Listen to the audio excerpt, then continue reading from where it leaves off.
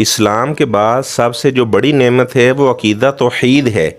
اگر آپ کا عقیدہ توحید ہے آپ بڑے خوش نصیب ہیں، کیونکہ عقیدہ توحید وہ انسان کو اللہ تبارک و تعالیٰ سے محبت کرنا سکھاتا ہے، انسان کو اللہ تبارک و تعالیٰ پر کامل توکل کرنے کا درس دیتا ہے۔ جس انسان کا عقیدہ توحید ہوتا ہے وہ باطل معبودوں کی نفی کرتا ہے۔ ظاہری بات ہے عقیدہ توحید کیا ہے؟ پہلے نفی ہے، اس بات بعد میں ہے۔ لا الہ، اللہ کے علاوہ کوئی الہ نہیں ہے، اللہ کے علاوہ کوئی مشکل کشا نہیں ہے، کوئی حاجت روا نہیں ہے، کوئی اولاد دینے والا نہیں ہے، کوئی سیلاب کو روکنے والا نہیں ہے، کوئی زندگی کا مالک نہیں ہے، کوئی موت کا مالک نہیں ہے۔ تمام ایسی صفات جنہیں لوگ غیر اللہ میں ثابت کرتے ہیں ان کی نفی کرنا، اس کے بعد الا اللہ اس بات کرنا کہ یہ تمام کاموں کا اختیار صرف اللہ کے پاس ہے۔ زندگی کا مالک بھی اللہ ہے، موت کا مالک بھی اللہ ہے، اولاد دینے والا بھی اللہ ہے، رزق دینے والا بھی اللہ ہے۔ اللہ کے علاوہ نہ کوئی مشکل کشا ہے، نہ کوئی حاجت روا ہے، نہ کوئی گنج بخش ہے، نہ کوئی فیض عالم ہے، نہ کوئی دستگیر ہے، نہ کوئی غریب نواز ہے۔ غیر اللہ سے ان ساری صفات کی نفی کرنا اور ان سب باتوں کا اللہ کے لیے اس بات کرنا، یہ عقیدہ توحید ہے۔ آپ خود بھی توحید پرست بنیں، اپنے بچوں کو بھی آپ عقیدہ توحید سکھائیں۔ یہ پچھلے دنوں میں ہم نے دیکھا فیس بک پر کچھ لوگوں نے لکھ دیا کہ جب سیلاب آیا تو کتنے مزارات والے وہ اپنے مزاروں کا دفاع نہ کر سکے، جہاں پر لوگ جا کر منتیں مانتے ہیں، جہاں پر لوگ نذرانے پیش کرتے ہیں، وہ بیچارے اپنے مزاروں کا بھی دفاع نہ کر سکے۔ دفاع کرنا بھی کیسے تھا؟ اموات غیر احیاء۔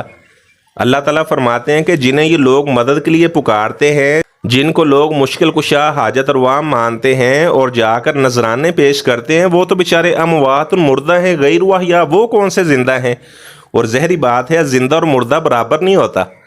تو کچھ لوگوں نے جب یہ باتیں لکھ دی تو بعض لوگوں نے پھر ان باتوں کا جواب دیا، کچھ نے تحریری صورت میں جواب دیا اور کچھ نے ویڈیو کی صورت میں جواب دیا۔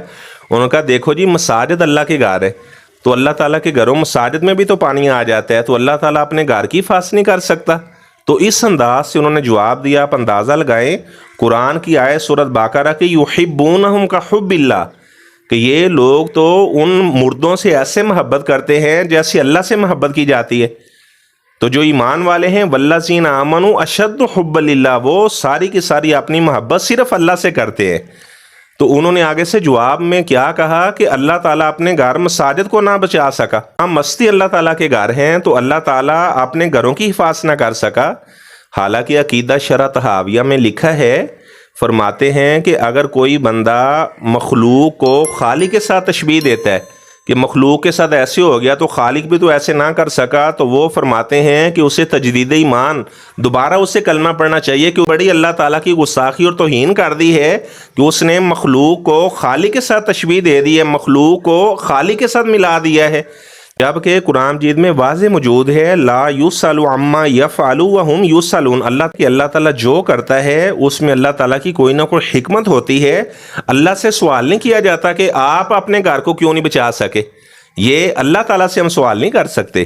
اگر کوئی بندہ جواب کے طور پر وہ مخلوق کو خالق کے ساتھ تشبیہ دیتا ہے اور کہتا ہے جی دیکھو اگر مزارات میں پانی چلا گیا تو مساجد میں بھی تو پانی چلا گیا، تو گویا کہ وہ اللہ تعالیٰ کی گستاخی اور بے ادبی کر رہے ہیں۔ ایسے انسان کو دوبارہ کلمہ پڑھنا چاہیے۔ یہ شرح عقیدہ طحاویہ کی عبارت میں بتا رہا ہوں کہ انہوں نے کہا کہ جو بندہ مخلوق کو خالق سے تشبیہ دیتا ہے اسے تجدید ایمان کرنا چاہیے۔ ایسے لوگوں کے بارے میں اللہ تعالیٰ ارشاد فرماتے ہیں وَمَا قَدَرُ اللَّهَ حَقَّ قَدْرِهِ، کہ ان لوگوں نے تو اللہ کی قدر کو پہچانا ہی نہیں ہے۔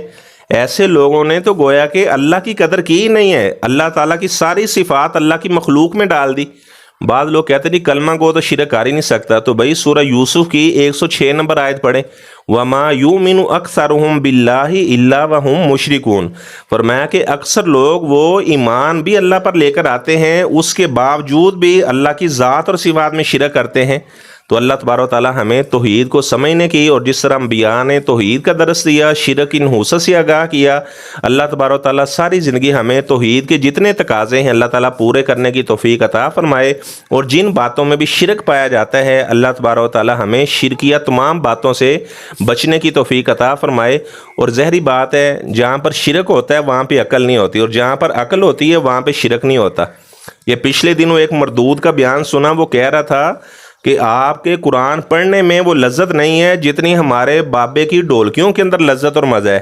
کہتے نہیں ہمارے جو بابے ہیں وہ ڈولکیاں بجا کر، وہ سرنگیاں طبلے بجا کر، حالانکہ آپ صلی اللہ علیہ وسلم نے فرمایا کہ مجھے اللہ نے یہ سرنگیاں طبلے باجے یہ توڑنے کے لیے دنیا میں بھیجا ہے۔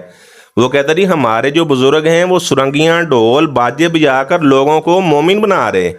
کیسی بات ہے، اس سے بڑھ کر اور کیا بد نصیبی ہوگی، شاید مشرکین مکہ نے بھی ایسی بات کبھی نہ کی ہو۔ اللہ تعالیٰ سے میں دعا کرتا ہوں اللہ تبارک و تعالیٰ ہمیں عقیدہ توحید بیان کرنے کی، تاکہ جو ہمارے آنے والی نسلیں ہیں وہ جتنے بھی شرکیہ امور ہیں وہ ان سے بچ سکیں اور وہ عقیدہ توحید پر گامزن ہوں۔